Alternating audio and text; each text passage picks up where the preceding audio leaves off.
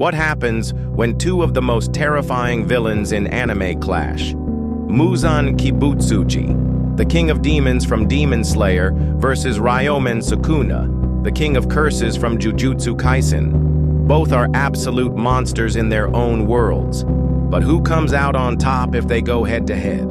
Let's break it down. First, Muzan. He isn't just a demon, he's the demon. Muzan has insane regeneration that borders on immortality. Even after being torn apart by the Hashira, he was able to regenerate in seconds. His durability is insane, and he can adapt to nearly anything. Cutting off his head doesn't even kill him. The only true way to defeat Muzan is sunlight, or burning his cells with the Slayer's red Nichirin blades.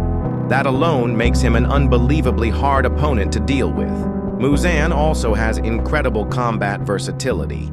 His body can split into whips, tendrils, mouths, and spikes. His blood demon art lets him attack in dozens of directions at once, overwhelming opponents with speed and unpredictability.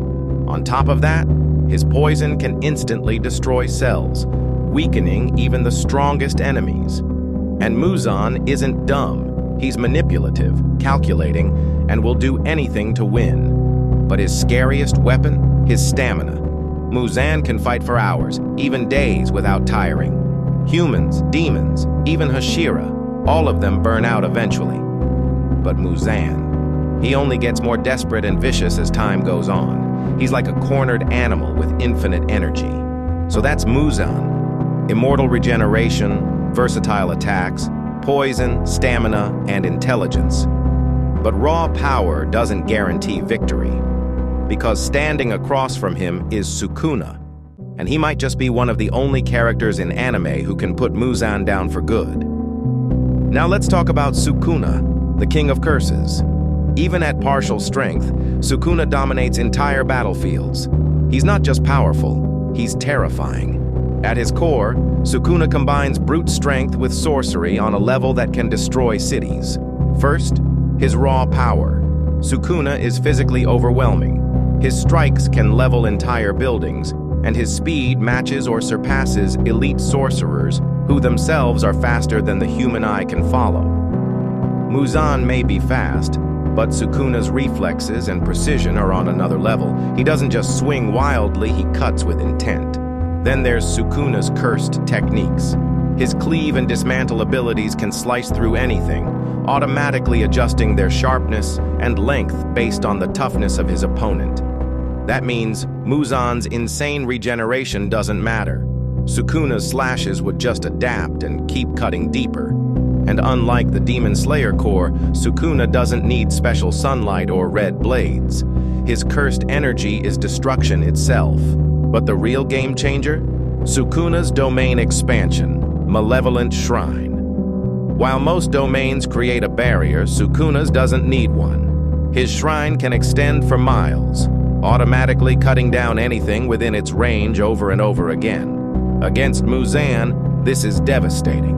Muzan might survive the first slash, but can he survive thousands per second across his entire body?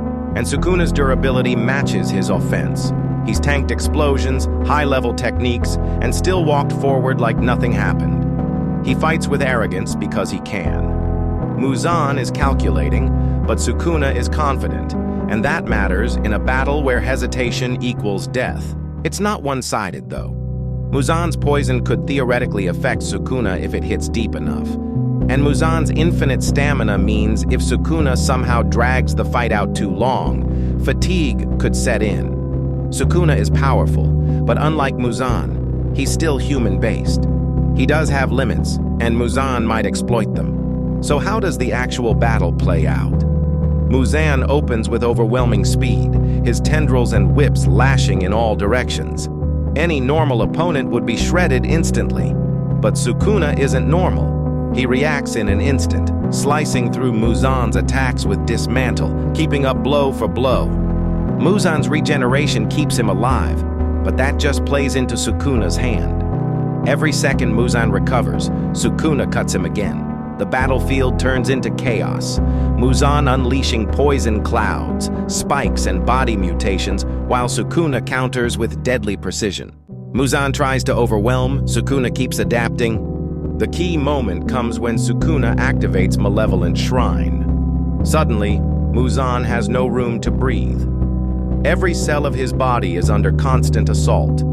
His regeneration is fast, but Sukuna's slashes are faster, endlessly carving him apart.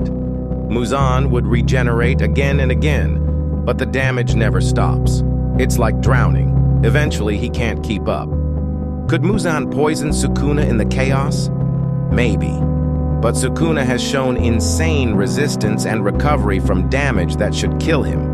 And with his arrogance, he'd likely push through the poison to finish the job. In the end, while Muzan is nearly invincible in Demon Slayer's world, Sukuna's cursed techniques are the perfect counter.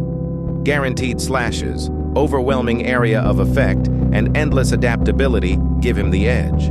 Muzan drags the fight out, but eventually, he's carved down until nothing remains. Final verdict. Sukuna wins with high difficulty.